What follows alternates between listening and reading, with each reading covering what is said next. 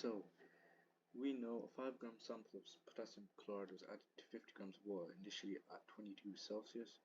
The mixture was stirred, and as the potassium chloride dissolved, temperature of solution decreased. Describe the steps you would take to determine accurate minimum temperature that is not influenced by heat from the surroundings. First thing we're going to do is we're going to start a clock. Start a clock when potassium chloride, KCl, is added to the water. Then we want to record the temperature every subsequent mixture for 5 minutes. Plot a graph. A graph of what exactly? A graph of temperature versus time. And then we can extrapolate to time of mixing. That's when is equal to 0, and then determine the temperature. So start a clock when potassium chloride is added to water, record temperature every subsequent mixture of 5 minutes, plot a graph of temperature versus time, extrapolate to time of mixture when is equal to 0 to determine the temperature that is not influenced by heat from surroundings. Temperature of the water decreased to 14.6 degrees Celsius. Calculate a value in kilojoules per mole for the enthalpy of solution of potassium chloride. So you've got two equations here. Q is equal to mc delta T. Delta H is equal to Q over moles. When you need to use this one. So in order to find out the enthalpy of solution potassium chloride, we need Q and we need no moles. In order to find Q is equal to mc delta T, so mass, well, 50 grams, 50 times by C 4.18, C is specific heat capacity, times by delta T.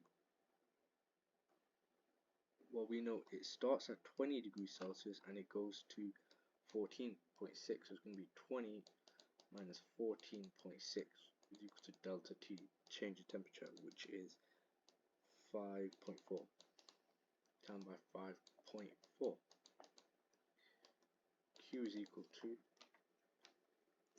50 times by 4.18 times by 5.4, 1128.6, and that's in joules. Now to find out the moles of potassium chloride, it's going to be mass, which is 5 grams, so 5, over mR. mR potassium chloride, does it give us the mR? No. So it's going to be 74.6, which will give me 0.0670, and therefore delta H is equal to Q, 1128.6 over 0.00670, and this will give us the enthalpy of solution in joules per mole, but we want in kilojoules, and then divide by 1000. Because remember, Q is in joules, but we want it in kilojoules.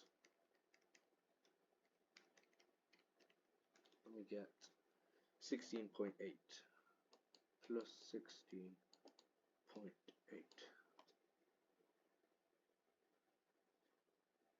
kilojoules multiplied minus 1. 9.3. Use these values to calculate a value for lattice enthalpy of dissociation of calcium chloride. So calcium chloride, CaCl2, going to Ca2 plus aqueous plus 2Cl minus aqueous. On the bottom it's Ca2 plus gas plus 2Cl minus gas. and the arrows are going to be pointing upwards.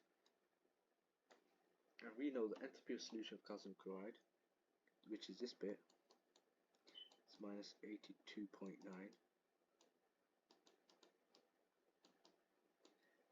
We know the enthalpy of hydration for calcium ions and chloride ions are minus 1650.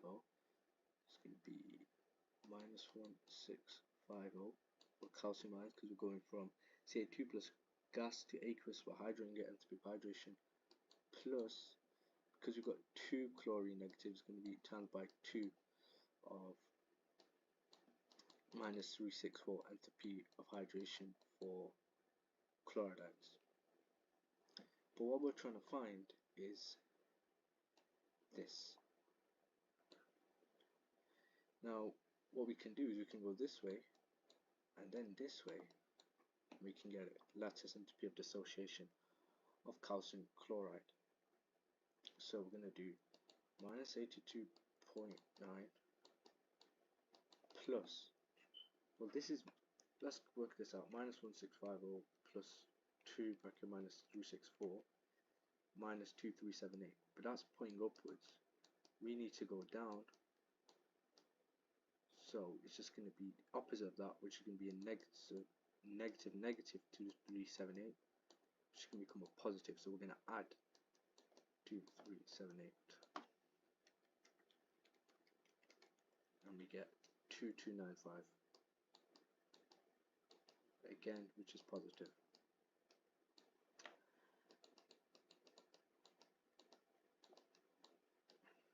And then 9.4, explain why answer to question 9.3, 2295 is different from lattice enthalpy of dissociation of magnesium chloride.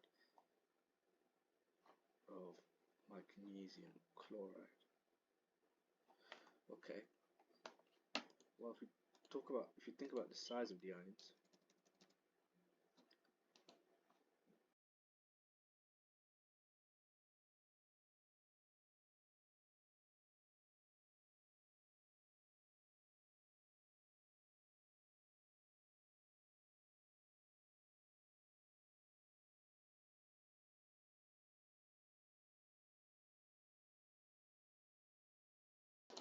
well, the magnesium ion is smaller than the calcium ion.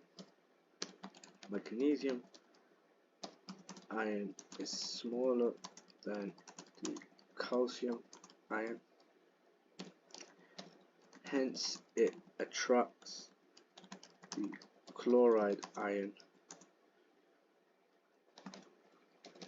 stronger.